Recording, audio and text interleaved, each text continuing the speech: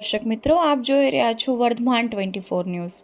વર્ધમાન 24 ન્યૂઝને સબસ્ક્રાઇબ કરો, લાઇક અને શેર કરો.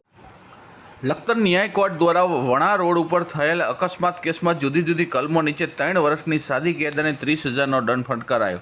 પીજીવીસીએલના નાકા અને કર્મચારી અકસ્માતમાં ઘાયલ થયા હતા. લખતર ન્યાય કોર્ટમાંથી મળતી માહિતી મુજબ 2023માં લખતર પીજીવીસીએલના નાયબ કાર્યપાલક એન્જિનિયર ખુશ્બુબેન પરમાર અને અન્ય કર્મચારી હર્ષદભાઈ સિંહોરા વણા રોડ ઉપર આવેલા ખેતરમાં થાંભલા નાખવાના હોય સર્વે કરવા જઈ રહ્યા હતા, ત્યારે તેમની સાથે કાર ચાલક કાર અથડાતા અકસ્માત સર્જાયો હતો. આથી પીજીવીસીએલના કર્મચારી હર્ષદભાઈ સિંહોરાએ ફરિયાદ દાખલ કરી હતી. આ કેસમાં લખતર નામદાર કોર્ટે case number 270/2023 Lakhtar judicial magistrate first class Shri HK મેરિયા સમક્ષ ચાલી ગયો હતો.